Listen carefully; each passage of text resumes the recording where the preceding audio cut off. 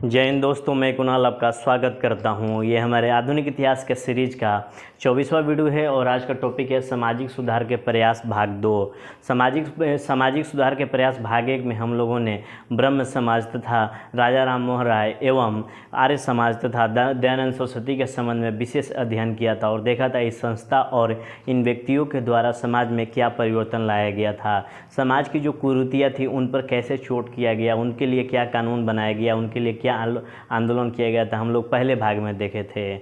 आज दूसरे भाग में हम लोग इसकी शुरुआत रामकृष्ण मिशन से करेंगे और धीरे धीरे अन्य संस्थाएं जो थी उसके संबंध में भी अध्ययन करेंगे। तो आइए इसकी शुरुआत करते हैं आज की क्लास का रामकृष्ण मिशन से।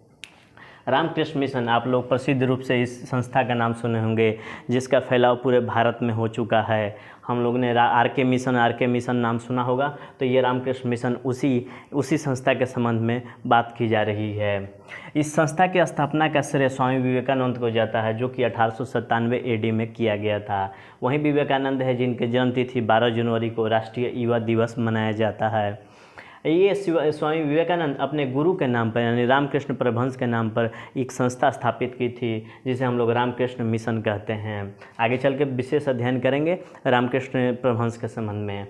रामकृष्ण परमहंस थे स्वामी विवेकानंद के गुरु थे। ये एक मंदिर में, कलकत्ता के मंदिर में एक पुजारी थे और इनके पूजा पाठ के तरीके बिल्कुल अलग थे। इनका कोई समय फिक्स नहीं था कि ये पूजा पाठ कब करेंगे। ये इनके तरीके भी अलग थे। इनको अचानक से समाधि लग जाती थी रामकृष्ण जी को और अचानक से नाचने लगते थे, बेहोश भी हो जाते थे। इतने मदमस्त होकर मंदिर में पूजा करते थे, ठीक है ना।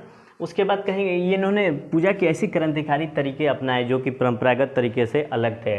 इनका कहना था कि पूजा पाठ की जो विद्या अभी प्रचलित है उसके माध्यम से भगवान को नहीं पाया जा सकता है। ईश्वर को तो बहुत से उपायों से पाया जा सकता है। कहा कि एक ही माध्यम से, पूजा पाठ के माध्यम से जो अभी परंपरागत है उससे नहीं पाया जा सकता है। वो ईश्वर को तो कई अन्य तरीक़ों से भी पाया जा सकता है। उन्होंने कहा कि ईश्वर एक अनुभव करने का सत्य है। जो ईश्वर को पाने की रास्ता है वही मुक्ति की भी रास्ता है। इस तरह उन्होंने कहा कि सभी धर्मों का समन्वय कर दिया। उन्होंने इसके माध्यम से उन्होंने सभी धर्मों का समन्वय किया, पाखंडों से अपने को अलग किया।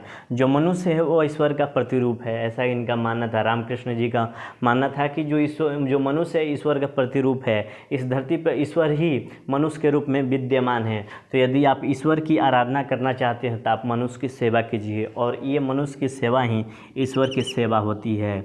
इस विचार का स्वामी विवेकानंद पर इतना ज़बरदस्त प्रभाव पड़ा कि स्वामी विवेकानंद मानव सेवा को ही अपना धर्म बना लिया। तो देख लीजिए कि इनके जो अपने रामकृष्ण मिशन के इनके प्रिय शिष्य थे स्वामी विवेकानंद अपने गुरु के सभी विचारों को अपने जीवन में उतारने लगे और मानव सेवा को ही अपना धर्म बना लिया।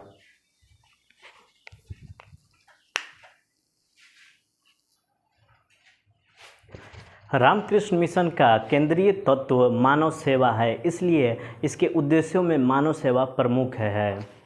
रामकृष्ण मिशन का मुख्य उद्देश्य ही मानव की सेवा करना है। इसलिए हम लोग देखेंगे कि जगह जगह पे रामकृष्ण मिशन के स्कूल, अस्पताल, वृद्धाश्रम और अनाथालय मौजूद होंगे, हमें दिखाई देंगे। ये महामारी और अकाल वाले स्थानों पर ये रामकृष्ण मिशन के लोग जाकर उनकी सेवा करते हैं। अगर उसके बाद हम देखेंगे कि ये जो महामारी अकाल के समय जो भी भाव रहा, ये वाला स्थान रहा जहाँ पर विवेकानंद सेवा भाव से यहाँ पर जुड़े रहे। इसलिए देखते हैं कि जो विवेकानंद है अपने नाम पे रामकृष्ण अपने नाम पर ही संस्था का नाम नहीं लगाया, अपने गुरु के नाम पर इन्होंने संस्था की स्थापना की जिसे हम लोग रामकृष्ण मिशन कहते हैं। इसलिए ऐसा कहा जाता है कि विवेकानंद जैसा शिष्य होना गर्व की बात है एवं परमहंस जैसा गुरु मिलना संयोग और सौभाग्य की बात है। स्वामी विवेकानंद के बचपन का नाम नरेंद्र था और इनकी माता का नाम था भुवनेश्वरी देवी। आचार्य नरेंद्र थे, ये बचपन में जब थे तो ये रामकृष्ण का आलोचना करते थे, कहते थे कि फालतू के इनके पास जाया करते हैं। लेकिन एक बार जब नरेंद्र गए वहाँ पर रामकृष्ण मिशन में और रामकृष्ण परमहंस से मिलने, तो रामकृष्ण परमहंस नरेंद्र को गले लगाकर रोने लगे और कह रहे थे कि शिष्य तुम कहाँ थे। वो यहीं से नरेंद्र विवेकानंद की ओर बनने के प्रयास में लग गए, विवेकानंद बनने की ओर चल पड़े, ठीक है ना। इसके बाद देखेंगे रामकृष्ण परमहंस का जन्म होता है 1834 से और इनकी मृत्यु हो जाती है 1883 AD में। वहीं पे विवेकानंद का जन्म 1863 AD में होता है और मृत्यु इनकी 1902 AD में हो जाती है। मात्र इनको 39 वर्ष का समय मिलता है और इस 39 वर्ष में ये बहुत सारे कमाल के चीज़ करके चले गए। सन 1893 में एक घटना घटती है जहाँ पर भी USA के शिकागो में वहाँ पर विश्व धर्म सम्मेलन होता है और भारत की तरफ से भारत का नेतृत्व विवेकानंद करते हुए विवेकानंद ने किया था। वहाँ पर खेतरी के राजा, राजस्थान में एक खेतरी जगह है जहाँ पर तांबा की बहुत ज़्यादा उत्पादन होती है। राजस्थान के राजा ने इनको अमेरिका भेजा था, शिकागो भेजा था और अपने भाषण में ये सबसे पहले भाइयों और बहनों करके संबोधन किए, जिससे कि पूरा का पूरा हॉल तालियों से गड़गड़ाहट से उठ पड़ा और तालियों की गड़गड़ाहट से गूंज उठा पूरा का पूरा हॉल। और इन्होंने अपने धर्म को प्रचार करते हुए कहा कि भारतीय धर्म एक समन्वयवादी धर्म है, यह दुनिया के सभी धर्मों को मानकर चलता है।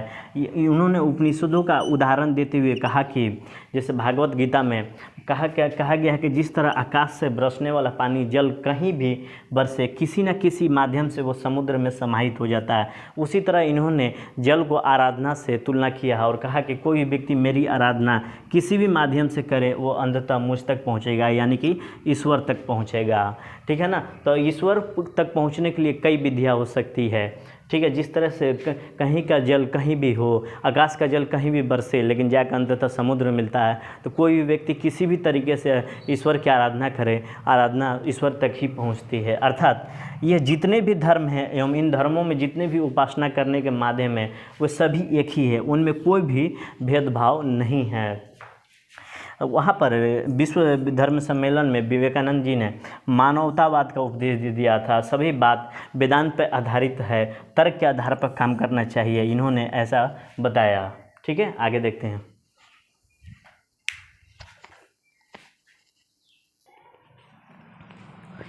विवेकानंद जी पूर्वी और पश्चिमी देशों की समन्वय की बात कही, यानी कि पाश्चात्य और भारतीय दोनों का मिलन की बात कही इन्होंने।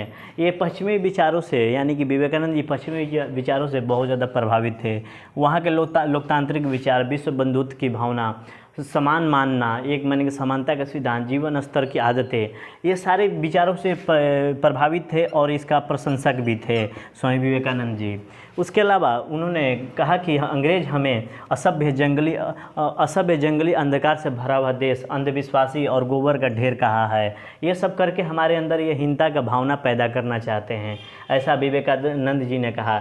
लेकिन विवेकानंद जी ने उपनिषदों और वेदांत की व्याख्या कर वास्तविक भारत का परिचय दिया और विदेशों में भारतीयों का मान बढ़ाया एवं हमारे अंदर भी स्वाभिमान का, आत्मविश्वास का संचार किया। तो जहाँ पर अंग्रेज हमें अहिंसा के भाव दे रहे हैं, वहीं पर विवेकानंद जी उपनिषद और वेदांतों के माध्यम से हमारे अंदर स्वाभिमान और आत्मसम्मान, आत्मविश्वास का संचार करने का साधन बन रहे हैं। ठीक है ना, हमारे अंदर स्वाभिमान और आत्मविश्वास भर रहे हैं। ये धर्म के पाखंड स्वरूप का जबरदस्त विरोध करते हैं, लेकिन ये मूर्ति पूजा का समर्थन करते हैं क्योंकि सभी के लिए ये सहज होता है मूर्ति पूजा। उसके बाद इन्होंने सीधे सीधे कहा कि मेरा ईश्वर दुखी मानव है और जब तक इस देश में गरीब, भूखे और अज्ञानी लोग रहेंगे तब तक उस व्यक्ति को देशद्रोही कहूँगा जो इन लोगों के खर्च पर शिक्षा प्राप्त करता है और इन लोगों के लिए कुछ नहीं करता है। उसके बाद इन्होंने बताया कि जातिवाद, अस्पृश्यता और विषमता को राष्ट्र की सबसे बड़ी कमजोरी माना, इस वजह से हमारा राष्ट्र कमज़ोर होते चला जा रहा है। आरके मिशन की आज भी संस्थाएं सभी जगह कार्यशील हैं। ठीक है, तो ये रहे अपने रामकृष्ण मिशन। अगला देखते हैं कौन सा है। आज का दूसरा संगठन है यंग बंगाल आंदोलन, यानी कि दूसरा आंदोलन है यंग बंगाल आंदोलन, जो कि सामाजिक सुधार के प्रयास भी करता है, जिसका समय काल 1826 से लेकर 31 के AD के बीच में होता है। इसकी खास बात है कि इसे एंग्लो इंडियन के द्वारा शुरुआत किया गया था। इसकी शुरुआत आंग्ल भारतीय एंग्लो इंडियन ने किया, जिनका नाम था हेनरी लुई विवियन डेरोजियो। इसके बाद देखेंगे कि ये डेरोजियो जो थे, हेनरी लुई विवियन डेरोजियो, ये बहुत ज़्यादा बुद्धिजीवी व्यक्ति थे और उग्रवादी प्रवृत्ति के थे। ये कलकत्ता हिंदू कॉलेज में ये पढ़ाते थे और ये अपनी उग्रवादी प्रवृत्तियों के कारण जाने जाते थे। ये बहुत ज़्यादा रेडिकलिस्ट व्यक्ति थे। ये जो अंग्रेजियों थे हमारे यानी कि भारतीय रीति रिवाजों को जर्जर कहा, पुराना कहा और कहा कि इसे ख़त्म किया जाना चाहिए, इसे नष्ट किया जाना चाहिए। यानी कि भारतीय जितने भी हैं रीति रिवाज हैं उसको ख़त्म करना चाहिए। एक तरह से कहेंगे कि एंग्लो इंडियन में ये कबीरदास हैं, ठीक है ना। इनको हिंदू रूढ़िवादी लोगों से इस कारण से क्या हुआ, इन्होंने कहा कि पुराने जितने भी है भारतीय रीति रिवाज उसको ख़त्म करना चाहिए। इस वजह से क्या हुआ कि हिंदू रूढ़िवादी जितने भी लोग थे उनके ज़बरदस्त विरोध का सामना करना पड़ा। नतीजतन इनको क्या हुआ कि हिंदू कॉलेज से बाहर निकाल दिया गया।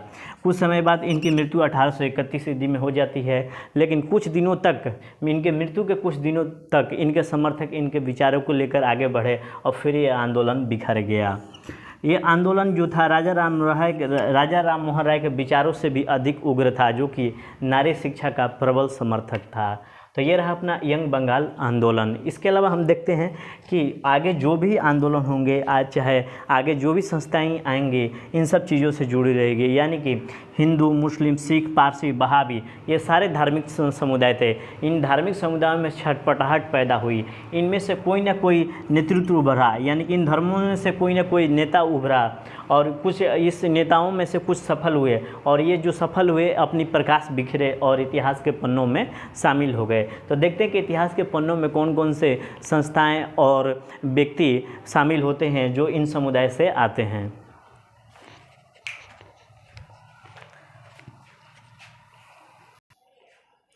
अपना अगला आंदोलन है अलीगढ़ आंदोलन, जो कि मुस्लिम धर्म से जुड़ा हुआ है। इस आंदोलन का श्रेय सर सैयद अहमद खां को जाता है, जो कि एक प्रतिष्ठित परिवार से थे, जिनका जन्म दिल्ली में 1817 AD में हुआ था। ये अंग्रेज़ों के कार्यकाल में ये न्यायिक सेवा में रहे। ये अंग्रेज़ों के बहुत बड़े समर्थक थे। इनको अंग्रेज भक्त नौकरशाह माना जाता है। इनका प्रतिफल भी मिला। रिटायरमेंट के बाद 1878 AD में इन्हें इम्पीरियल लेजिस्लेटिव काउंसिल का सदस्य भी बनाया गया था। बाद में 1888 AD में इनको नाइटहुड की उपाधि भी दी गई थी। इसके अलावा देखें तो ये समाज के प्रति इनके दृष्टिकोण को देखें, नज़रियों को देखें, यानी कि मुस्लिम समाज के प्रति देखें तो सेवानिवृत्त होने के बाद अपने समाज के लिए ये काम करना शुरू किए। सबसे पहले देखेंगे ये अंग्रेज भक्त थे, ये आधुनिक विचारों के भक्त थे। ये जीवन प्रणाली से, अंग्रेज़ों की जीवन प्रणाली से बहुत ज़्यादा प्रभावित थे। इनका कार्य क्षेत्र मुस्लिम समाज रहा है, जो कि दुर्भाग्यवश यह समाज रूढ़िवादी रहा है। ये आधुनिक विचार, शिक्षा प्रणाली, नारी की शिक्षा भारत में आ रही है। ये कहते थे कि आधुनिक विचार, शिक्षा प्रणाली, नारी की शिक्षा भारत में आ रही है, परंतु मुस्लिम समाज में इसमें अपनी भागीदारी नहीं निभा रही है। ये अपने दायरे में ज़्यादा कैद है। मुस्लिम समाज जो है अपने दायरे में ज़्यादा कैद है। कैद होने का इनका धर्म था, यानी कि मुस्लिम समाज अपने दायरे में कैद थे, जिसके पीछे मुख्य कारण था इनका धर्म। जिस तरह से कुरान की व्याख्या की गई है, उस वजह से ये लोग दायरे में कैद हैं। उसके बाद आधुनिक विचार का होने के बाद आप तर्क को स्वीकार नहीं करेंगे तो आप वैज्ञानिक और अवधारणा को व्यक्त नहीं होंगे। यानी कि आप आधुनिक विचारों को स्वीकार नहीं करेंगे और आप आधुनिक विचारों को स्वीकार नहीं करेंगे तो आप तर्क को भी स्वीकार नहीं करेंगे और आपके अंदर वैज्ञानिक अवधारणा भी विकसित नहीं होगी। कोई भी धर्म ग्रंथ हो, चाहे वो कुरान ही क्यों ना हो, उसकी व्याख्या तर्क के आधार पर होनी चाहिए, और जो चीज़ें तर्क की कसौटी पर ना उतरे उसे अस्वीकार कर देना चाहिए, त्याग कर देना चाहिए। ये देखिए, ये मुस्लिम समाज में सुधार की बात कर रहे हैं तर्क के माध्यम से, आधुनिक चेतना के माध्यम से, नारी शिक्षा के माध्यम से, वैज्ञानिक सोच के माध्यम से। लेकिन क्या हुआ कि इनका ये मुस्लिम समाज में इतने परिवर्तन लाना चाहते थे, लेकिन इनका मुस्लिम समाज में विरोध होने लगा। एक आपने देवबंद स्कूल का नाम सुना होगा, जो कि सहारनपुर से इसकी शुरुआत मानी जाती है। देवबंद स्कूल ने संगठन बनाकर इनका विरोध करना शुरू कर दिया। आगे देखते हैं।